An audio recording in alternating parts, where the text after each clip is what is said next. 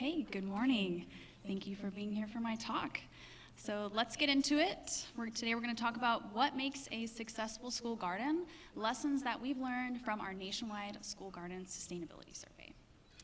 So just a little bit of background on this survey. If you're not familiar, this survey was distributed through the School Garden Support Organization Network, and our analysis contains responses from 2021 through 2023.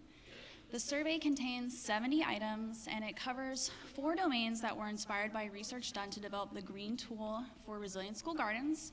So the questions covered physical garden condition, awareness and use of the garden, experience with the garden, community support and involvement in the garden, and resources provided to the garden. So my job in the Eden Lab is to help maintain and analyze this data. So this analysis that I'm going to present to you today contains 383 respondents that completed at least 85% of the survey, and we had responses from 40 states, with the top states being Texas, California, and Colorado.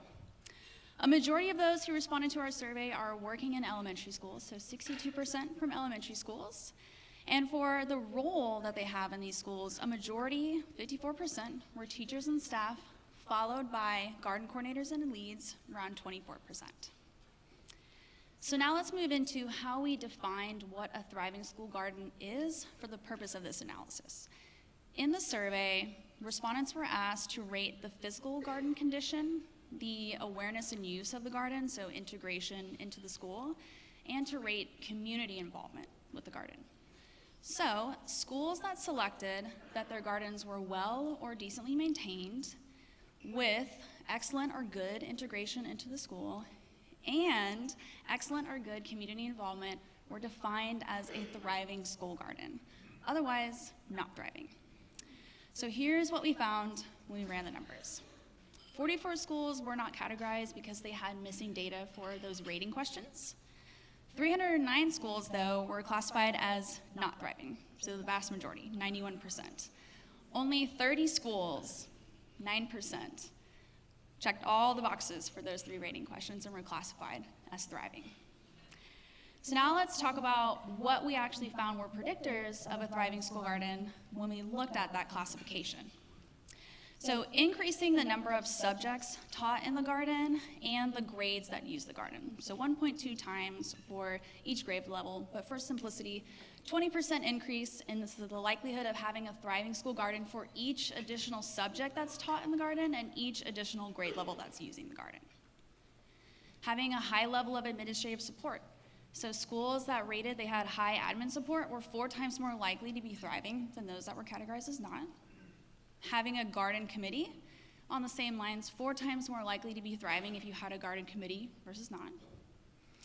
Having 51 or more volunteer garden workers. So if you had 51 or more, I know, right? I know. So if you had 51 or more, you were 8 times more likely to be classified as thriving. Having a paid garden coordinator. Now this is what I'm sure you want to hear. Yes, yes. So having a paid garden coordinator compared to schools that had a volunteer garden coordinator, 13 times more likely to be thriving. Having more than 6 garden work days a school year, so schools that reported they had 6 or more were 16 times more likely to be thriving. And I also wanted to note what we found for trainings attended and physical condition of the garden. So the more trainings attended, or the more self-reported trainings attended, was more likelihood of having a better physical condition of the garden. So attending more trainings to improve the physical condition of the garden. And I did want to note some trends we found with our analysis. So schools that reported they had garden consultant or farmer developed curriculum tended to be more likely to be thriving than not, as well as schools who reported that they use a partner organization to help support their school garden. Yes.